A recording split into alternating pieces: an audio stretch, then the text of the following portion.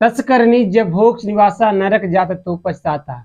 हमारे ग्रंथों में लिखा गया है कि जैसा तुम कर्म करोगे वैसा ही फल पाओगे।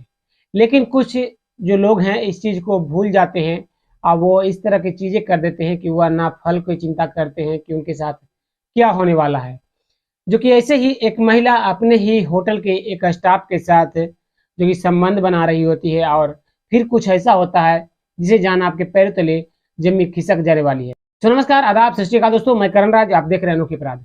ये घटना जो है मध्य प्रदेश के बैतूल जिले के सारनी थाने की। 1 फरवरी 2023 को एक कांस्टेबल अपने से बड़े अधिकारी के पास कॉल लगाता है, एसआई रत्नाकर कुमार के पास, कि साहब यहाँ पर आग लगी हुई है आसियाना होटल में, जो आप जल्दी से आओ। और इस होटल में जो कि बहुत पूरी तरह से आग जल रही है। रत्नाकर कुमार जो होते हैं उस वक्त अपने घर में होते हैं और तैयार कर हो रहे होते हैं अपने जाने के लिए ऑफिस। जल्दबाजी में वो तैयार होते हैं, अपनी टीम को कॉल करते हैं, टीम के साथ आसियाना होटल के पास पहुंचते हैं। वहां पहुंचने पर देखते हैं कि उनसे पहले ही फायर ब्रिगेड जो है वहां पर पहुंची हुई है, आग पर काबू पा ली गई है। रत्नाकर कुमार जो होते हैं आसियाना होटल के अंदर जाते हैं और वह उस रूम में पहुंचते हैं जहां पर आग लगी हुई थी। जब उस रूम में पहुंचते हैं तो देखते हैं कि एक व्यक्ति जो कि मृत अवस्था में वहीं पर जमीन पर पड़ा हुआ है और उसका शरीर जो है काफी जला हुआ है। ये देखकर वह जब रूम के अंदर जाते हैं तो वहां पर काफी ज्यादा अंदर अलग तरह की स्मेल आ रही थी। कुछ अलग तरह की केमिकल की स्मेल को महसूस करते हुए रत्नाकर कुमार कहते हैं कि जरूर यहाँ पर केमिकल दिया गया है, साजिश के तहत ही इसमें आग लगाई गई है। जब रत्नाकर कुमार और रूम में अंदर जाते हैं तो देखते हैं एक हथौड़ा जो कि कुछ दूरी पर ही पड़ा हुआ है और उस पर भी कुछ खून के धब्बे जले के निशान लगे हुए हैं। रत्नाकर कुमार जो होते हैं उसके बॉडी को अपने अंडर लेते हैं और तुरंत पोस्टमार्टम के लिए भेज देते हैं। तो ऊपर से नीचे आने के बाद जो उस होटल के मैनेजर होता है समीर, उसे बुलाया जाता है। समीर से पूछताछ की जाती है कि आखिर आग कैसे लगी। फिर बताता है कि सुबह के 8 बज रहे थे। शैलेश साकरे जो इस होटल का मालिक है वह अपनी बेटी को छोड़कर वह अपने रूम में जाते हैं और कुछ देर होने पर ही उस रूम में आग लग जाती है। ये हम लोग वहां पर पहुंचते हैं बुताने के लिए, लेकिन जब तक आग जोरों की भड़क चुकी थी इस कारण से हम लोग उस आग पर काबू नहीं पा पाए। तभी हमने सोचा कि क्यों ना बाहर में जो पुलिस कांस्टेबल खड़ी है उससे मदद मांगी जाए। हम लोग वहां से पर जाते हैं पुलिस कांस्टेबल के पास और मदद मांगते हैं। वह फायर ब्रिगेड को बुलाती है और आग पर काबू पा लेती है। पुलिस पूछती है कि उसके परिवार में कौन कौन है तो समीर बताता है कि उनके परिवार में एक पत्नी और एक बेटी है, जो कि बेटी ये इनके पास के स्कूल में पढ़ाई कर रही है और जो कि उनकी पत्नी है सीमा, वो अभी मायके गई हुई है। ये बातें को सुनकर तुरंत पुलिस जो होती है जो कि सीमा के नंबर को लेती है और कहती है कांस्टेबल को कि उन्हें भी इंफॉर्मेशन दे दी जाए कि उनकी जो पति है वह इस दुनिया में नहीं रहे। कांस्टेबल नंबर को लेती है और तुरंत जो कि सीमा के पास कॉल लगाती है और इन्फॉर्मेशन दे देती है। इन्फॉर्मेशन देने के बाद जो पुलिस होती है इस केस को अच्छी तरीके से सॉल्व करने की कोशिश करने लगती है। अगले दिन पोस्टमार्टम की रिपोर्ट आती है। रत्नाकर कुमार उस रिपोर्ट को पढ़ते हैं तो वह कन्फर्म हो जाते हैं कि शैलेश साकरे के साथ जो कि प्लानिंग के अनुसार जो कि उसे जलाया गया है। वह तुरंत वहां से थाने से निकलते हैं अपनी टीम के साथ। वह पहुंचते हैं उस होटल में और वहां पर फिर से मैनेजर को बुलाया जाता है। मैनेजर समीर वहां पर आता है और उससे पूछताछ की जाती है। पूछताछ करने पर यह भी पता किया जाता है कि आखिर इस होटल में सीसीटीवी कैमरे कितने लगे हुए हैं। तो वह समीर बताता है कि इस होटल में करीब 10 से 12 सीसीटीवी कैमरे लगे हुए हैं। रत्नाकर कुमार कहते हैं कि सभी के सीसीटीवी कैमरे की फुटेज उन्हें चाहिए और मेन दरवाजे की भी फुटेज उन्हें अच्छी तरीके से चाहिए, जो कि एक भी फुटेज जो कि गायब नहीं होनी चाहिए। वहाँ के जो समीर मैनेजर होता है होटल के, आसियाना होटल के, वह सारा फुटेज को लेता है और रत्नाकर कुमार के हाथों में दे देता है। रत्नाकर कुमार सीधे अपने थाने पहुंचते हैं और अपने लैपटॉप में चेक करना शुरू कर देते हैं। वह धीरे धीरे बहुत ही शांति से वह सभी फुटेज को चेक कर रहे थे। तभी देखते हैं कि होटल में एक व्यक्ति तेजी से आता है और कुछ देर में बीतने पर ही वह तेजी से बाहर चला जाता है। वह जो होटल का मैनेजर था उसे बुलाया जाता है और उस फुटेज को दिखाई जाती है। जब वह होटल का मैनेजर समीर देखता है तो वह पहचान लेता है कि ये तो हेमंत है, जो कि हेमंत बाबरिया, वह पहले इसी होटल में काम किया करता था। समीर की बातों को सुनकर रत्नाकर कुमार के दिमाग ठनकता है और वह सोचने लगते हैं कि आखिर अभी तक जो कि शैलेश साकरे की पत्नी है सीमा, और अभी तक अपने पति के बारे में थाने तक पूछने तक भी नहीं आई। वह तुरंत अपने कांस्टेबल से कहती है कि अपने जो कि शैलेश साकरे की पत्नी है जो कि सीमा, उसके पास कॉल लगाओ और पता करो कि आखिर वह कहाँ है। कांस्टेबल कॉल लगाता है लेकिन उधर से मोबाइल स्विच ऑफ बता रहा होता है। रत्नाकर कुमार को जब ये बात पता चलती है तो पूरी तरह से शक की जो सुई थी अब सीमा के ऊपर ठहर चुकी थी। अब सीमा को पुलिस ढूंढना शुरू करती है। एसआई जो कि रत्नाकर कुमार होते हैं वह सीमा के मोबाइल नंबर को लेते हैं उस मैनेजर से और तुरंत उसकी सीटीआर निकालने की आदेश देते हैं।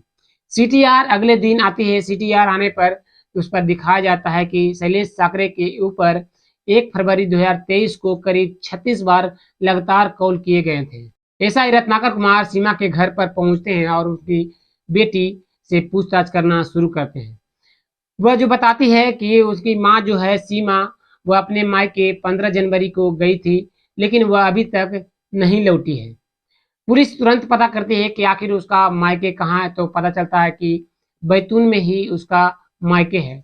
पुलिस से तुरंत वहां से अपनी टीम के साथ निकलती है। एसआई रत्नाकर कुमार भी वहीं पे साथ में ही होते हैं। जब वहां पर पहुंचती है तो उस सीमा के मायके वालों के घर पर पहुंचने के बाद वहां पर भी सीमा नहीं होती है। जब वहां पर पूछताछ की जाती है तो पता चलता है कि सीमा अपने फुआ के यहाँ कुछ दिनों बाद ही चली गई थी। पुलिस को अब और भी ज्यादा कन्फर्म होता जा रहा था कि सीमा वहां से भागने की कोशिश कर रही है। सुबह होने का पुलिस इंतजार करती हुई रहती है और सुबह जब होती है, जो सीमा अपने फुआ के घर से निकलती है कहीं और जाने के लिए, तो पुलिस जो होती है उसे पकड़कर सारनी थाने लेकर चली आती है। उससे कड़ी से जब पूछताछ की जाती है तो सीमा बताना शुरू करती है कि शैलेश साकरे से उसकी शादी जो कि 18 साल पहले हुई थी। उसके पिता ने जितने भी पैसे दहेज में दिए थे वह आशियाना होटल को बनाने में खर्च हुए थे, और जितने भी पैसे और लगने थे उस होटल में, वह कुछ पैसे जमीन बेचकर वह पैसे सभी होटल में लगा दिए गए थे। इस कारण से हम लोग जो थे आशियाना होटल में ही रहा करते थे। दिन हम लोग का अच्छे से चल रहा होता है, 18 साल गुजर जाते हैं। उसी बीच में हमें जो कि एक बेटी होती है और वह आज 16 साल की हो चुकी है। 15 नवंबर 2022 को मैं अपने जो कि फुआ के यहाँ जाती हूँ तो वहाँ पर जो कि हेमंत से मिलती हूँ।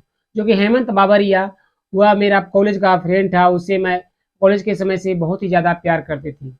हम लोग के बीच इतना ज़्यादा उस समय प्यार था कि काफ़ी लोग भी हम लोग के जो कि बारे में बातें किया करते थे।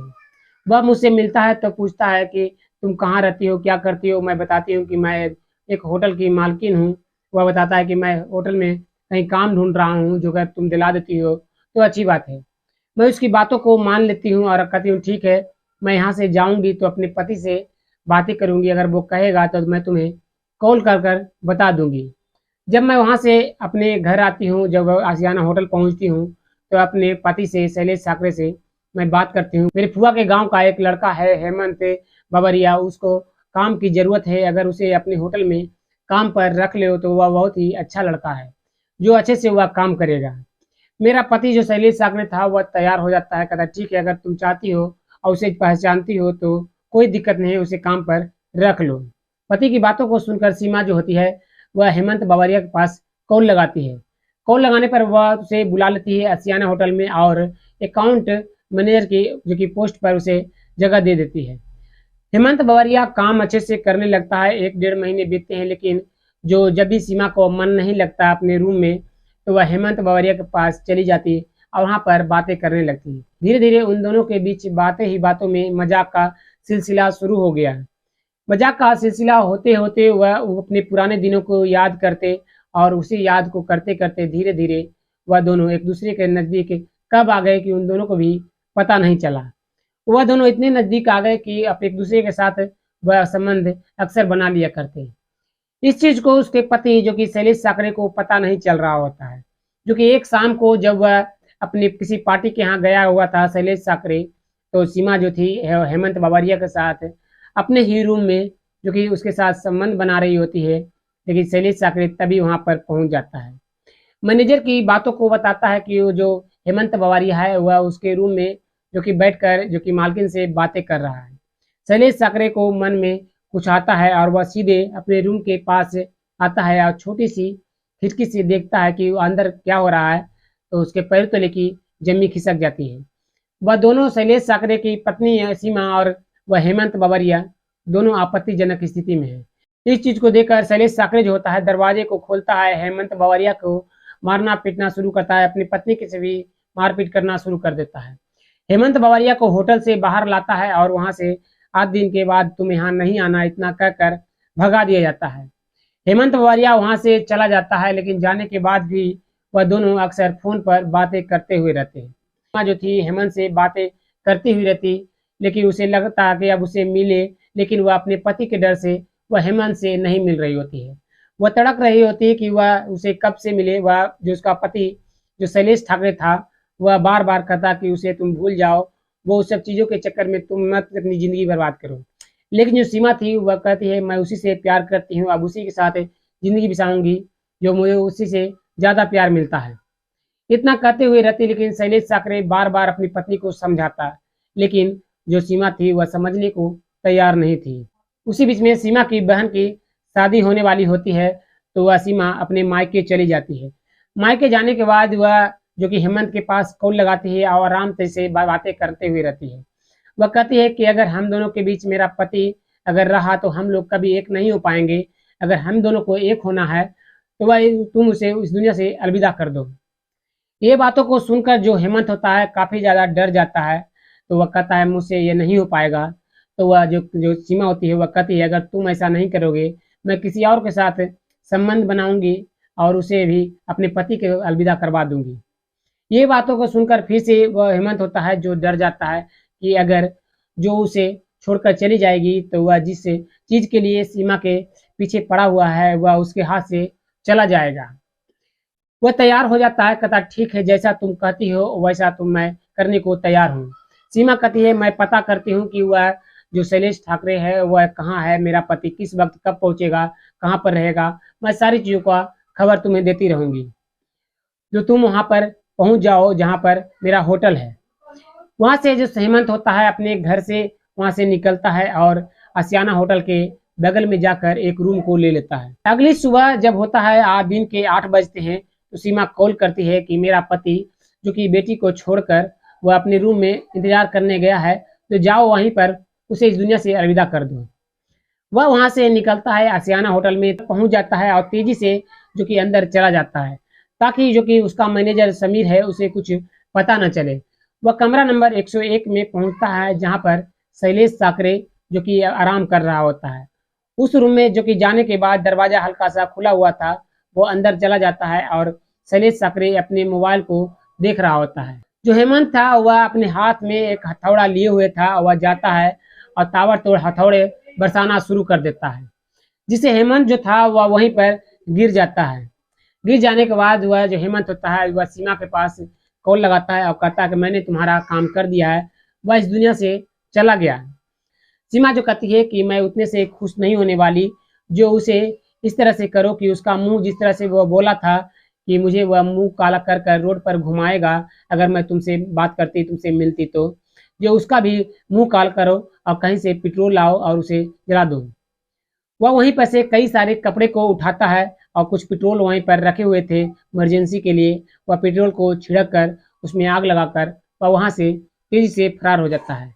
फरार होने वक्त वह सीसीटीवी कैमरे का जहाँ पर फुटेज रिकॉर्ड होती है वहाँ पर भी जाने की कोशिश करता है और उसे चुराने की कोशिश करता है, लेकिन काफ़ी ज़्यादा जोरों की आग लगने की वजह से उसे मौका नहीं मिलता है, वह वहाँ से फरार हो जाता है। सारी पुलिस और एसआई रत्नाकर उस महिला की सारी बातों को सुनते हैं और जल्द से जल्द हेमंत को भी गिरफ्तार कर लिया जाता है। दोनों को गिरफ्तार कर कर कोर्ट में पेश की जाती है और जो कि हेमंत को उम्र कैद की सजा होती है और सीमा को भी कुछ सालों की सजा होती है। तो दोस्तों आखिर इसमें किसकी गलती थी? हेमंत जो लालच में पड़कर वह जो कि सीमा की संपत्ति पर नजर रखे हुए था और उसकी बातों को मानकर वह शैलेश साकरे को इस दुनिया से अलविदा कर दिया, या फिर उसकी पत्नी की गलती थी जो कि अपने पति को छोड़कर भरा पूरा परिवार को छोड़कर वह हेमंत के पीछे पागल हो गई थी? आखिर किसकी गलती थी? आप अपना कमेंट में राय जरूर दीजिए। और यह हमारा वीडियो बनाने का मकसद ये नहीं कि किसी का दिल दुखाना, किसी को ठेस पहुंचाना। मेरा वीडियो बनाने का मकसद ये है कि आपको जानकारी देना ताकि आप अपने परिवार को सतर्क रखें, सावधान रखें।